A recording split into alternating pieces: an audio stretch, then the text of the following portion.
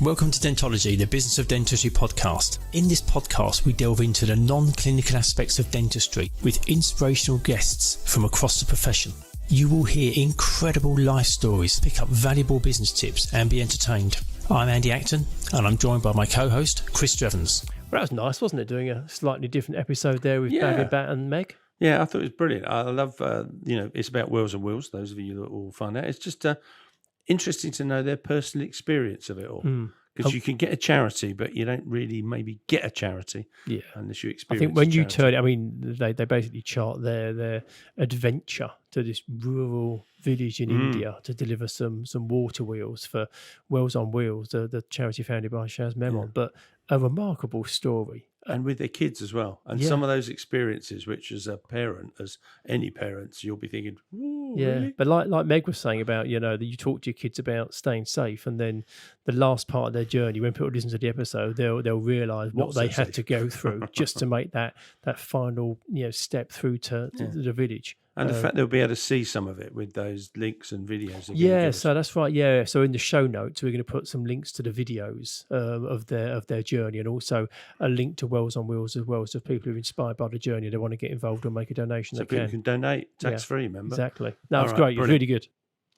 So here we are. This time we've got a special episode to record, which I'm looking forward to. Special episode. It is. So today we're joined by Bhavin and Meg Bhatt. I'll just give some background. For our regular listeners, we did do an episode with Bhavin before when Bhavin talked about his business, Aligner Alchemy. But today we're talking to Bhavin and Meg because between Christmas and the New Year, they went with their two children to a rural, remote village in India to deliver some water wheels for Wheels on Wheels. And Wheels on Wheels is the water wheel charity founded by Shaz Memon Digimax, doing incredible work. And he's also at the moment filming a documentary called No Waterland, which is going to share the day in the life of two girls in different villages, and it covers their struggles and dreams and hope for the future. But an incredible opportunity to hear your story, Bhavin and Meg, and we're delighted that both of you have joined us today, which is great. So we come as a two, so it only seemed fair that you come as a two. Yeah, because Bav was a bit boring last time, Meg, so thanks very much. So welcome. Only joking, by the way. Just went for the comedic laugh. Welcome, Bhavin and Meg. How are you both? Great, thank you. Thanks for having us on the show. As in, this is the first for me. I know he's done this before, but I really I wanted to be a part of this because it's a really special one that you're doing for Wheels on Wheels, and being one of the ambassadors on for this charity. I really wanted to also sort of be involved. So thank you so much for having us today.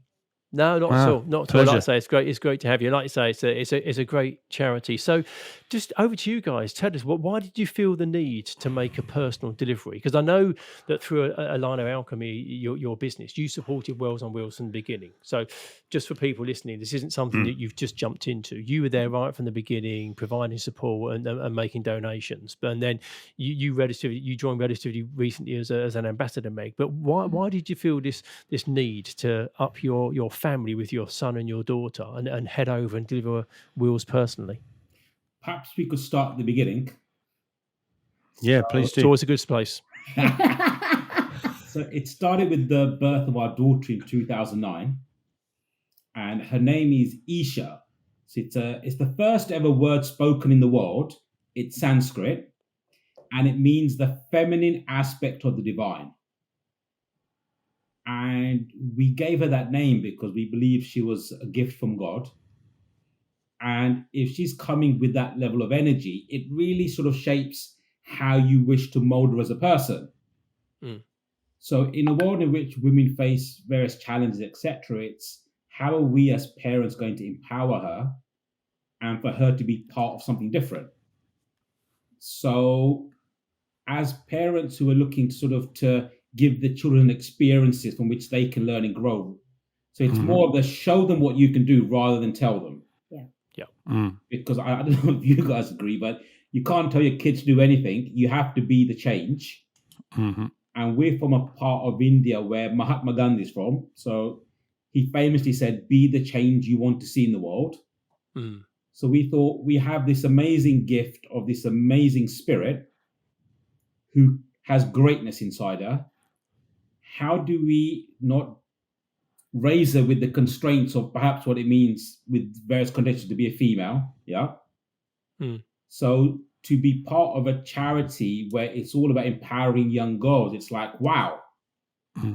From parents, from a pure selfish point, it was like, this is cheaper than doing anything else in the world, because everything we want to impart to her, she's going to learn in this experience. And for my wife, she's always, I'll let her speak about her passions with helping women and such things. So this was a great mix as a way for us to start our philanthropic journey, so to speak. Yeah, Right. so I think for me, I was born in India. I was born in Mumbai, actually. And then we moved to the Middle East. So I grew up, my childhood was basically in the Middle East, in Bahrain. It's a small island. And from there, I then moved on to Canada. I lived there for a couple of years, did my education there, and then met Bhavin. Lucky her. And then I've been living in the UK for the last 19 years. We've been married 19 years now. So for me, it was a lot, like it's been a journey through various sort of like pretty much very global in terms of my upbringing. And I've kind of done different stages of my life in these different parts. I even went to India for a couple of years and lived in Maharashtra myself. So I was kind of, when I came across this charity, growing up, it was all about, I was a big fan of Jane Austen. And sort of, when she talked about empowering women and really strong women characters, those were the kind of people that I grew up with reading. And I always sort of, how do we move away from the norm, so to speak, is something that I always wanted to kind of be involved with. So when sort of Shaz talked about this, I think this was years ago, when he just kind of embarked on it. And then we started talking a bit more. And then I started seeing and understanding what the charity was doing. I knew at that time that we wanted to be a part of this on so many different levels. And how can we kind of almost spread that message across to everybody else too, and make it more sort of relevant? Right. So Meg, you actually lived in the district where you ultimately ended up delivering the wheels tooth. Yes. So I mean, we're talking about where sort of the charity goes is very, very rural, almost tribal. If I can say that, because I don't think you really understand it until you're there. And so when we actually went there is what we realized, because, villages nowadays, to put into perspective, there's a lot of villages that are also very town-like, if that makes sense. So they still call themselves villages, but you have like basic necessities of, sewage systems and things like that. The kind of places that we went to this time, we're talking about rural of the rural. So I would almost say tribal, because there aren't basic things there. Water, of course, being one of them, but we're talking about houses and homes that are just made of mud and they're there. Like, you think to yourself, are people actually living there? The village that we actually went to had only 20 houses.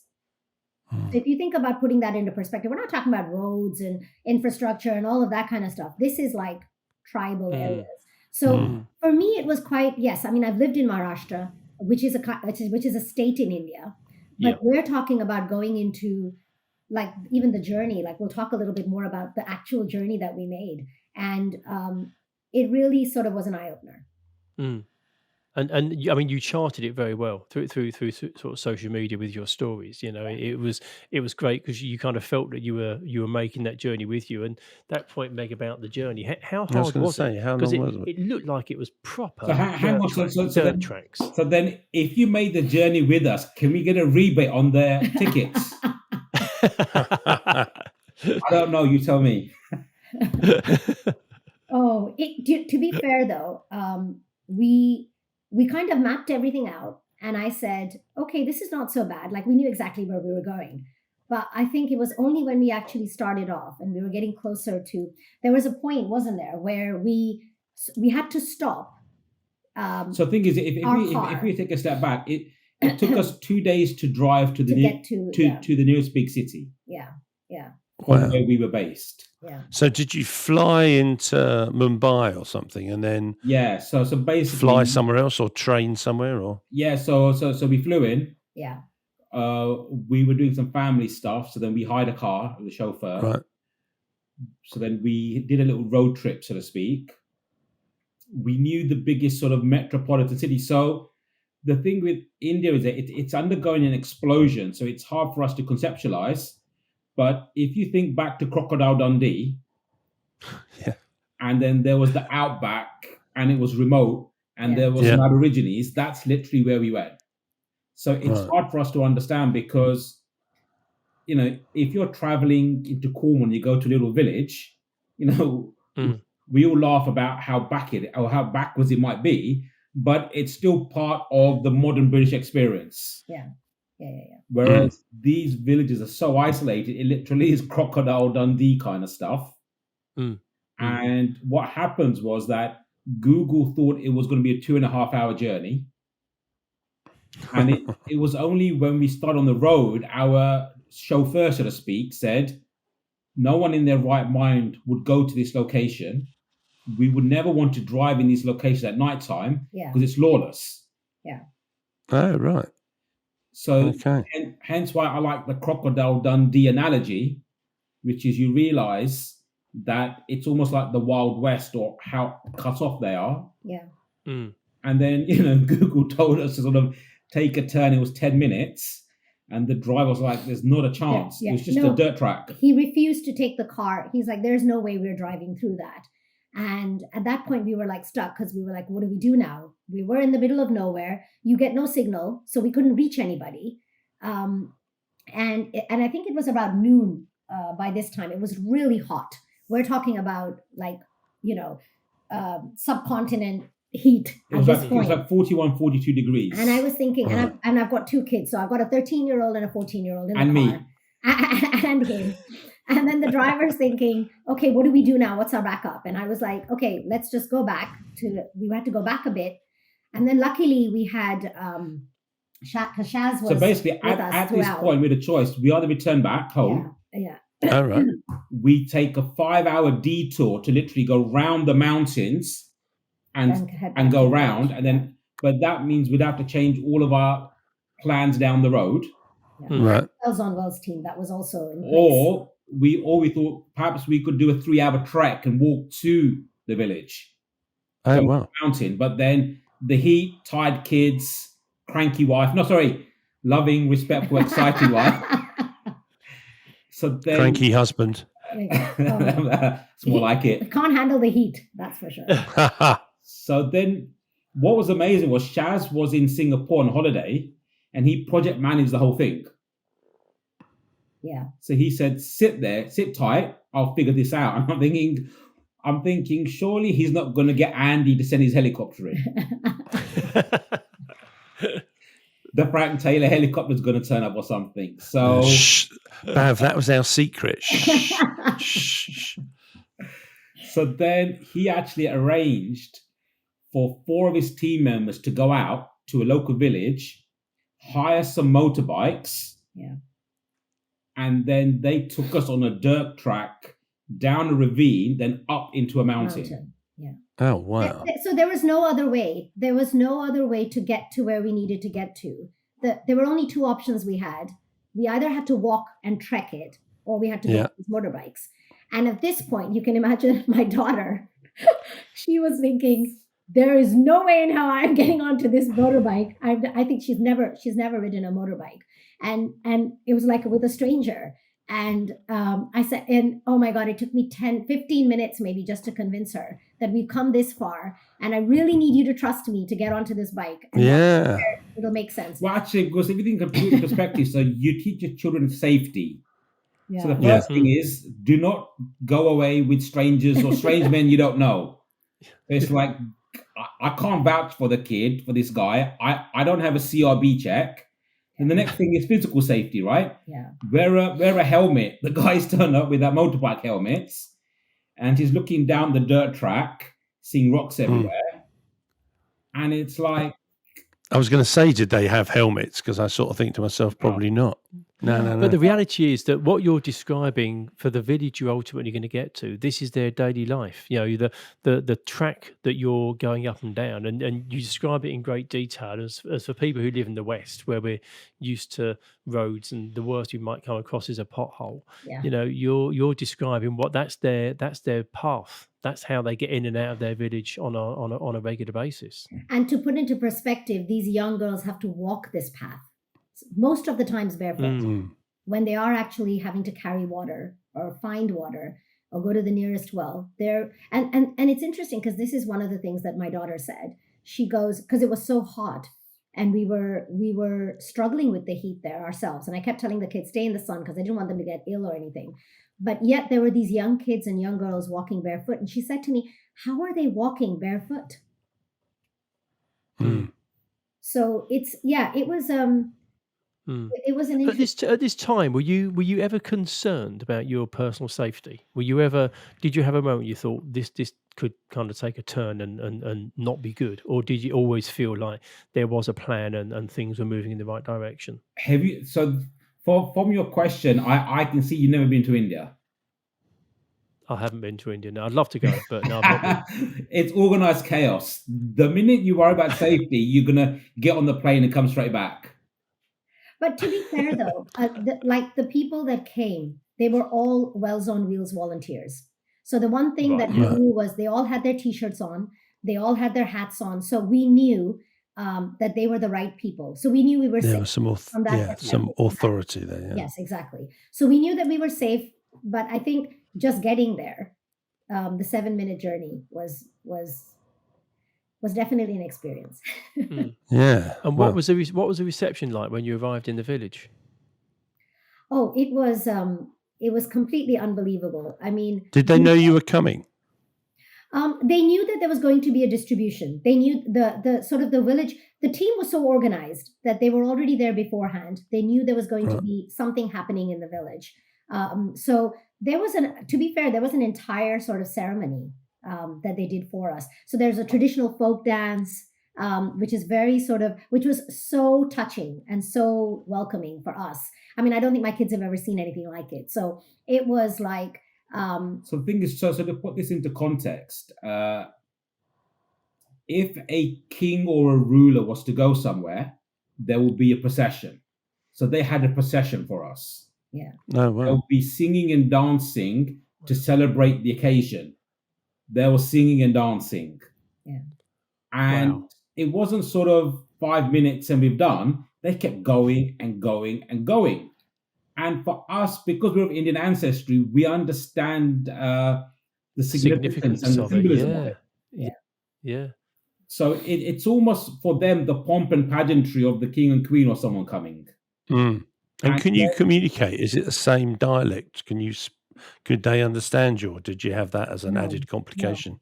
No. We did it. I mean, I spoke a little bit. So I actually went and I wanted to speak to some of the girls and some of the young women there. So I could just about sort of in my broken Marathi, which is what they speak there, which is the local dialect, get a couple of words out because I wanted to speak to some of the girls myself to see how this is going to change their lives.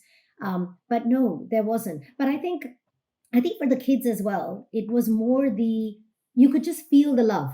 You could feel the respect. You could feel the fact that this was going to change their lives. And I suppose you didn't need a language. I mean, it wasn't a barrier or anything like that. We didn't feel, we could feel their feelings and what they were sort of going through, which was very touching. And then symbolic within the culture, when you perhaps were to welcome a king or someone, you would offer them just like a garland of flowers. Yeah. You'd give them a coconut, which represents prosperity and good fortune. And then symbolically, you would place a shawl over their shoulders or their head. So these are symbolic things that have happened for thousands of years, which are esteemed normally to sort of kings, queens, or, people of high nobility, so to speak. And for my kids to experience that, it was just absolutely unreal. And what was their take on your son and daughter? How did they react to the whole experience? I think so. If we do with them individually, so for my son goes to a grammar school, it's very academic, takes after me, not his mum. You wish. Come on, Andy. You have to agree with me on that one.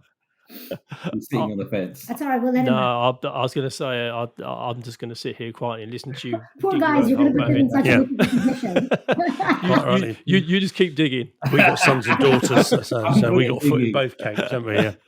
Chris did say we were going to let it go. So my son is very academic, goes to a school full of bookworms.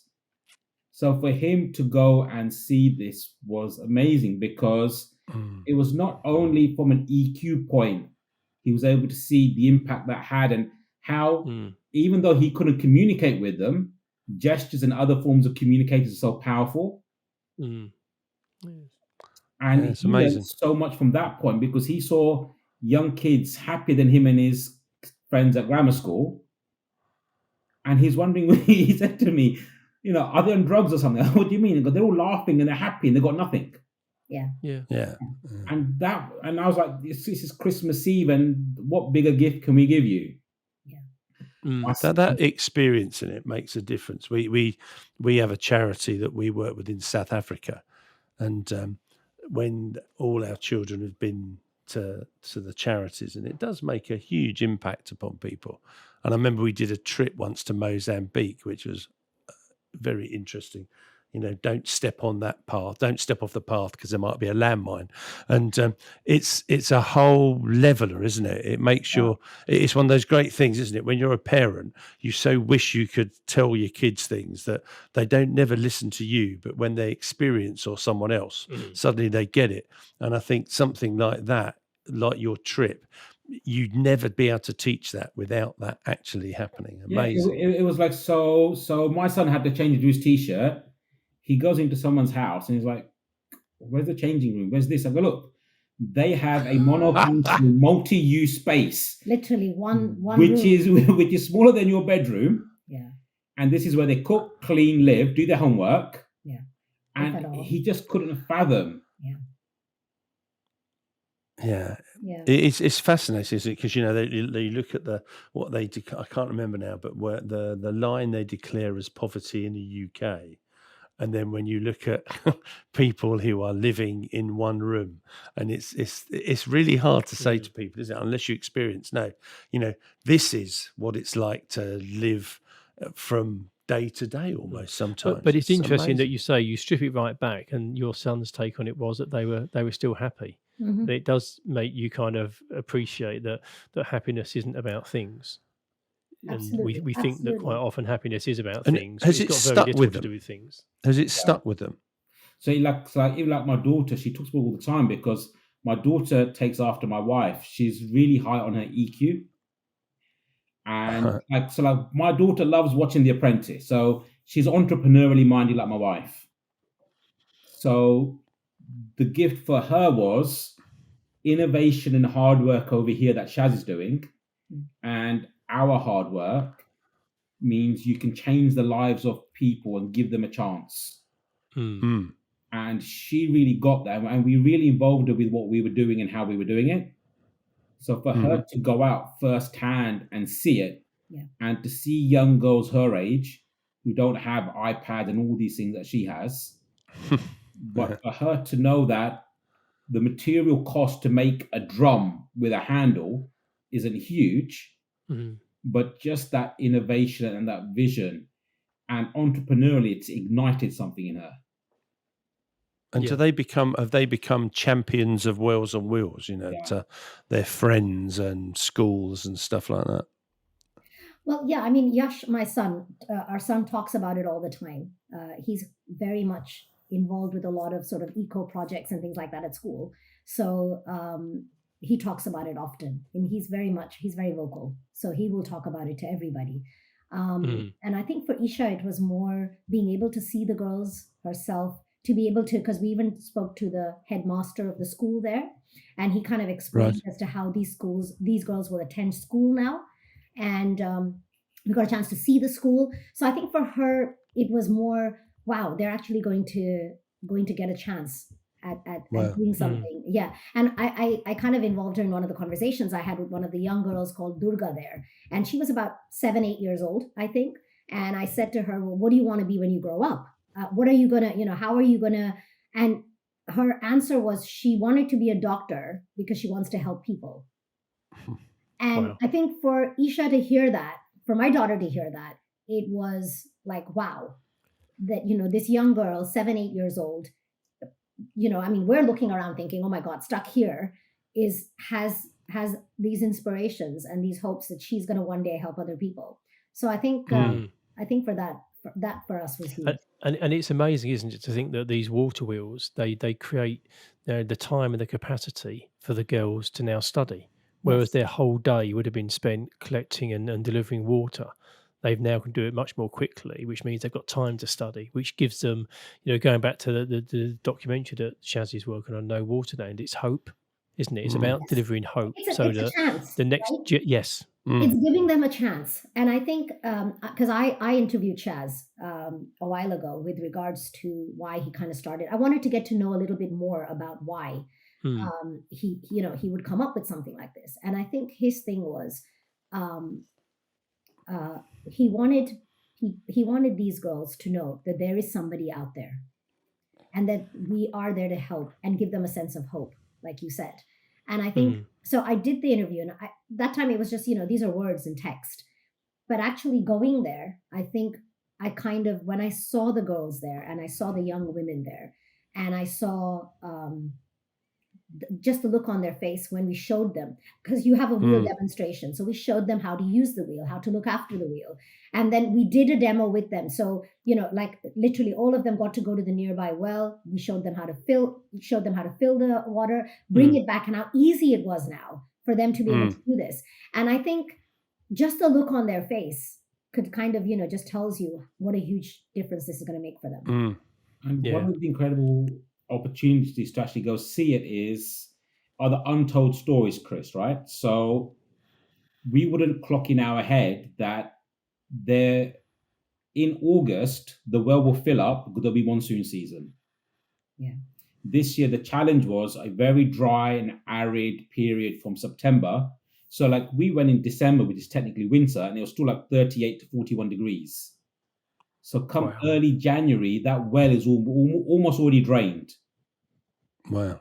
So now their local well, which is let's say 2 or 3 kilometers, is going to become barren. So before Shaz's innovation, they now realize this arid path that we had to take, they're going to have to do 4 times that to get to the other nearest well.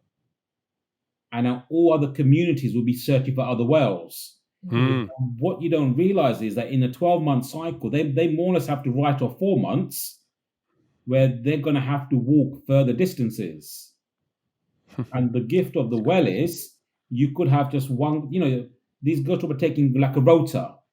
So rather than me every day have to go with the thing on my head, one person goes with their wheel.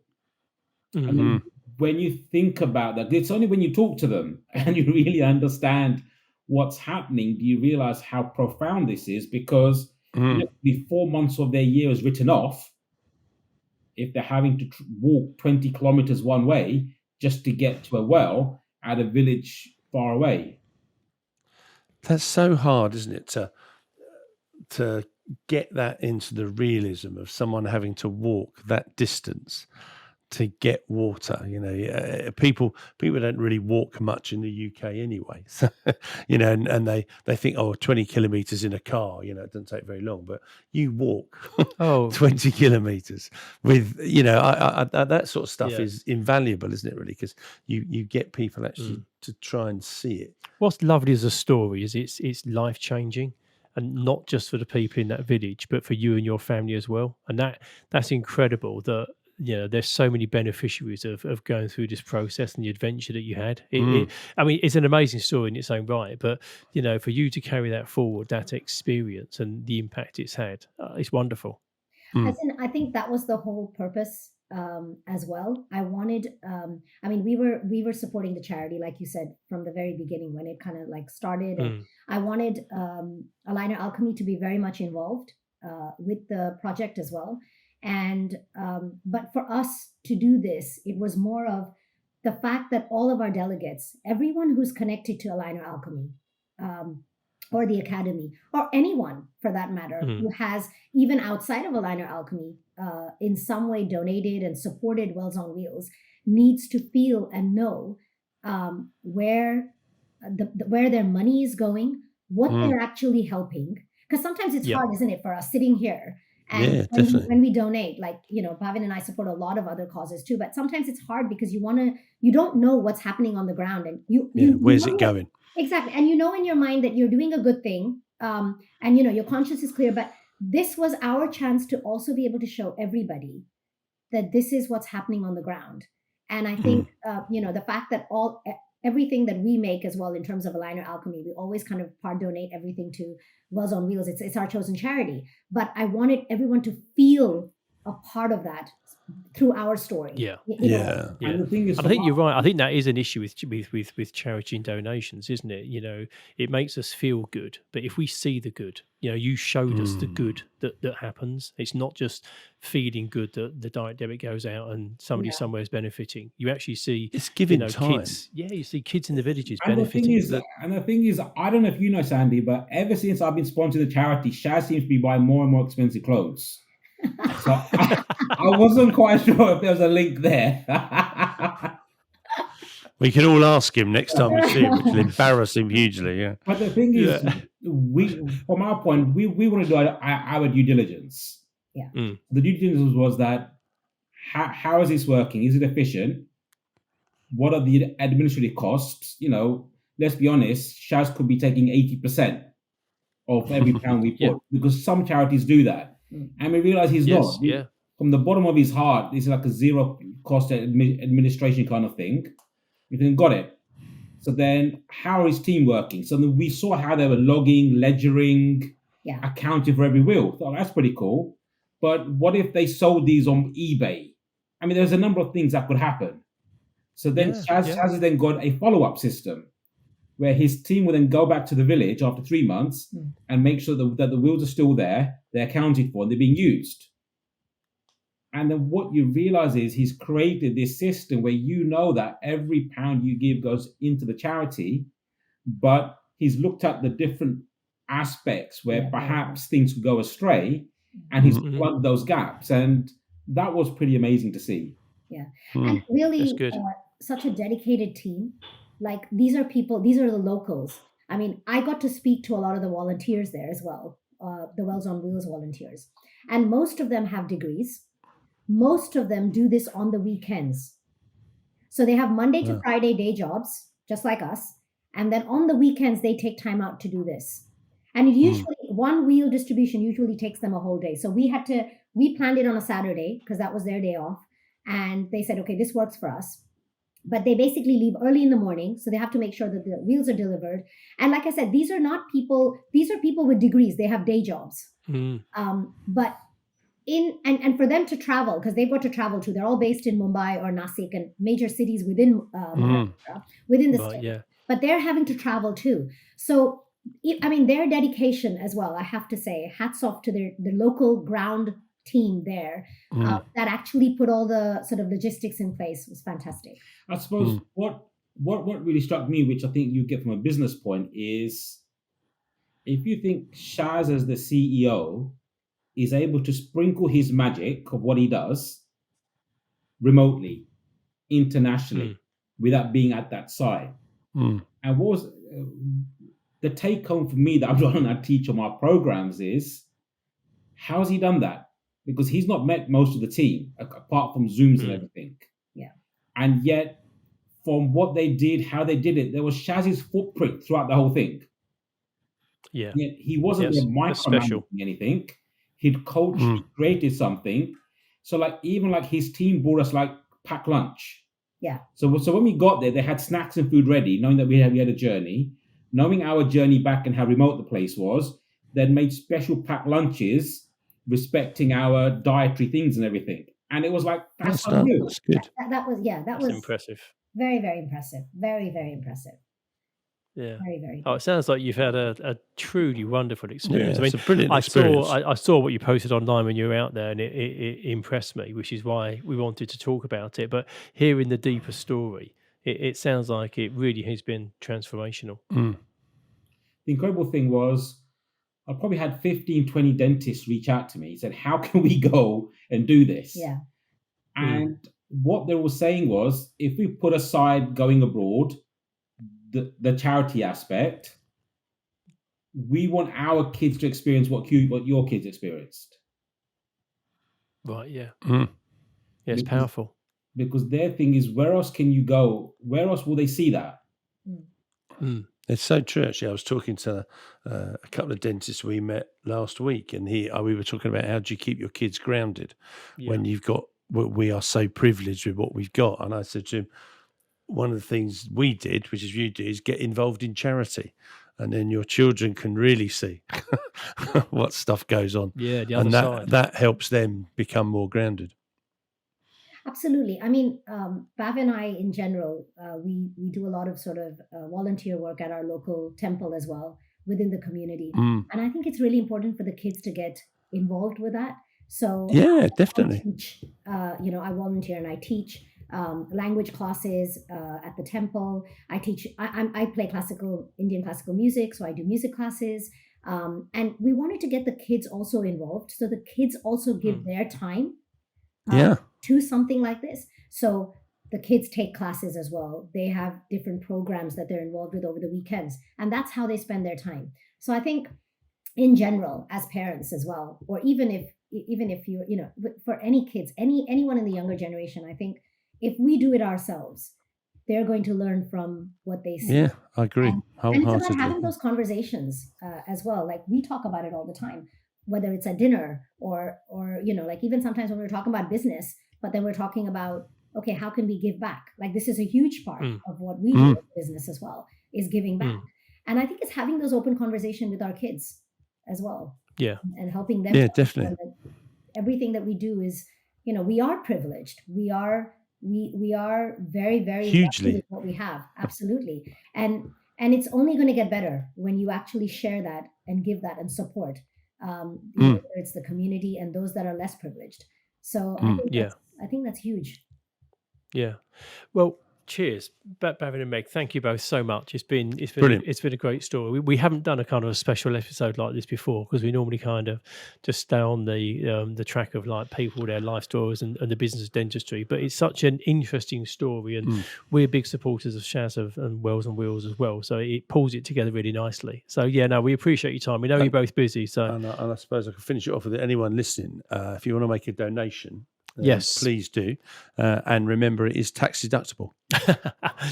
And we'll put the link in the show notes as well. So that's wonderful. Thank you very much indeed. Yeah, thank you for your time. Brilliant, thank you. It's been really good. Thanks very much. Thanks for having us. Thank you for listening to this episode of Dentology, where we discuss the business of dentistry. If you like what you heard, please do subscribe where you found this episode. That would be amazing. And also follow us on Instagram.